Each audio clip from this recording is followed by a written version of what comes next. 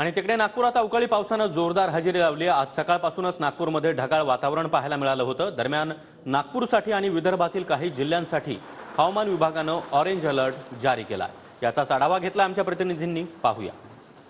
नागपुरात मुसळधार पावसाने आज जोरदार हजेरी लावलेली आहे आणि आपण बघू शकतो की या अवकाळी पावसामुळे वातावरण जे आहे ते नागपूरचं वातावरण भर दिवसा रात्रीचं वातावरण झाल्याचं चित्र सकाळपासूनच निर्माण झालेलं होतं। सकाळपासूनच ढगाळ वातावरण असल्याने आणि ढगांची गर्दी आकाशात मोठ्या प्रमाणात असल्याने विजिबिलिटी कमी झाली।